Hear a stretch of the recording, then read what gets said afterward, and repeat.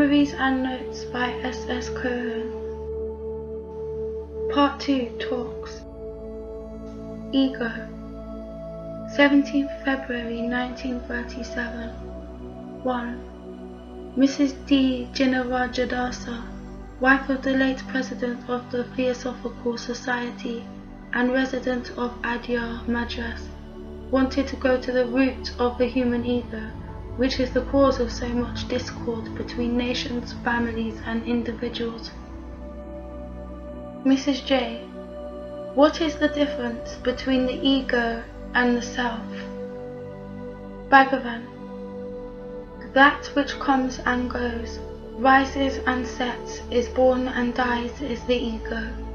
That which always abides, never changes, and is devoid of qualities is the self. Mrs. J. Can I say that God is the flame and we are the sparks? Bhagavan. Although the sparks rise from the flame, they fall away from it into space, whereas we are never outside God. Mrs. J. But is there a God apart from ourselves? Naturally there must be a creator to this universe. Bhagavan. If by ourselves you mean your body, then there is a creator. But if you mean the pure self, then there is nothing but it.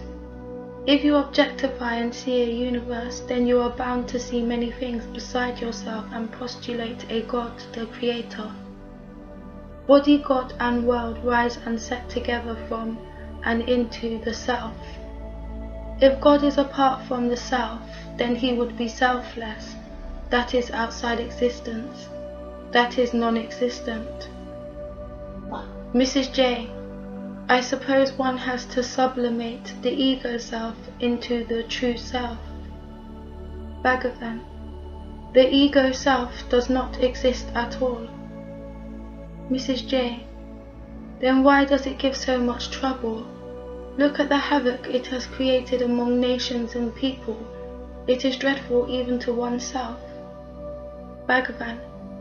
To whom is the trouble? The trouble also is imagined. Pain and pleasure are to the ego, which is itself imagined. When the ego disappears through constant inquiry into its nature, the illusion of pleasure and pain also disappears, and the self, their source, alone remains. There is neither ego nor ignorance in reality. Mrs. J. But how did the ego arise? Bhagavan. Ego is non-existent, otherwise you would be two instead of one, you the ego and you the self. You are a single, indivisible whole. Inquire into yourself and the apparent ego and ignorance will disappear.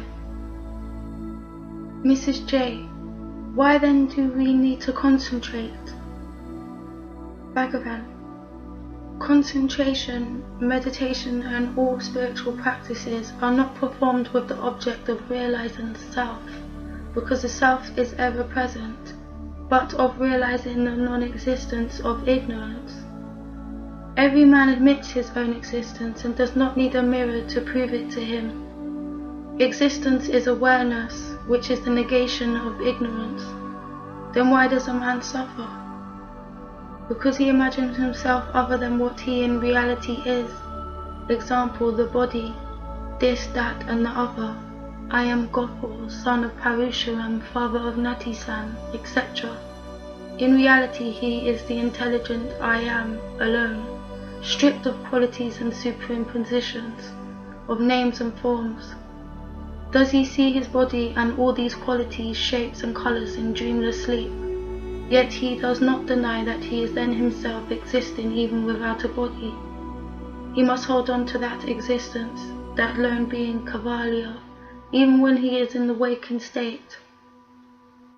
The man of wisdom simply is. I am that I am sums up the whole truth. The method is summed up by be still and know that I am God. What does stillness mean? Cessation of thinking, which is the universe of forms, colours, qualities, time, space, all concepts and precepts, whatever. A visitor asked, If the ego or I be an illusion, who then casts off the illusion? Bhagavan, the I casts off the illusion of I, and yet remains as I. This appears to be a paradox to you. It is not so to the jnani. Take the case of the bhakta. His I prays to the Lord to unite it with him, which is its surrender.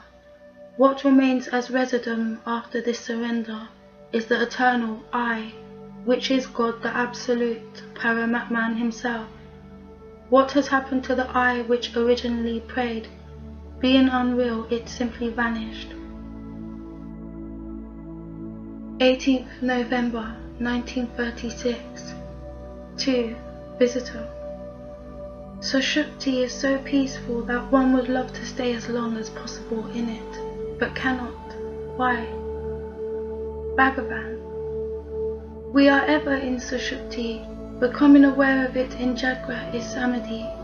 The Ajnani cannot remain long in Sushupti because his ego pushes him out of it. The Jnani, although he has scotched the ego, it continues to rise again and again due to prarabdha. So for both the Jnani and the Ajnani, the ego springs up, but with this difference. Whereas the Jnanis enjoy the transcendental experience, keeping its lakshya, aim, attention always fixed on its source, that of the Ajnani is completely ignorant of it. The former is not harmful, being a mere skeleton of its normal self, like a burnt-up rope.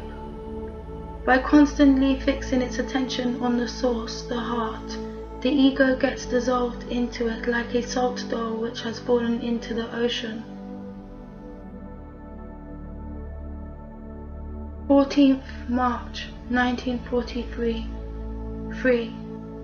Professor M. Venkataramaya, later Swami Ramananda Saraswati, asked whether the light which gives the aham, I sense, identity and knowledge of the world is ignorance or chit, pure consciousness.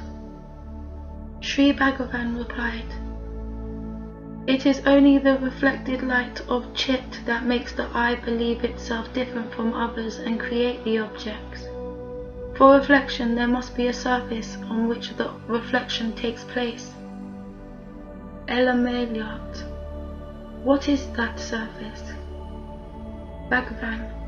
On realization of the self, you will find that the reflection and the surface on which it takes place do not actually exist, but that both of them are one and the same chit. There is the world, which requires location for its existence and light to make it perceptible. Both rise simultaneously.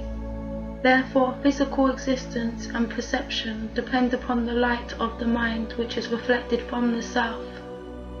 Just as cinematographic pictures can be made visible by a reflected light and only in darkness, so also the world pictures are perceptible only by the light of the self, reflected in the darkness of avidya, ignorance. The world can be seen neither in the utter darkness of ignorance as in deep sleep, nor in the utter light of the self as in self-realization or samadhi.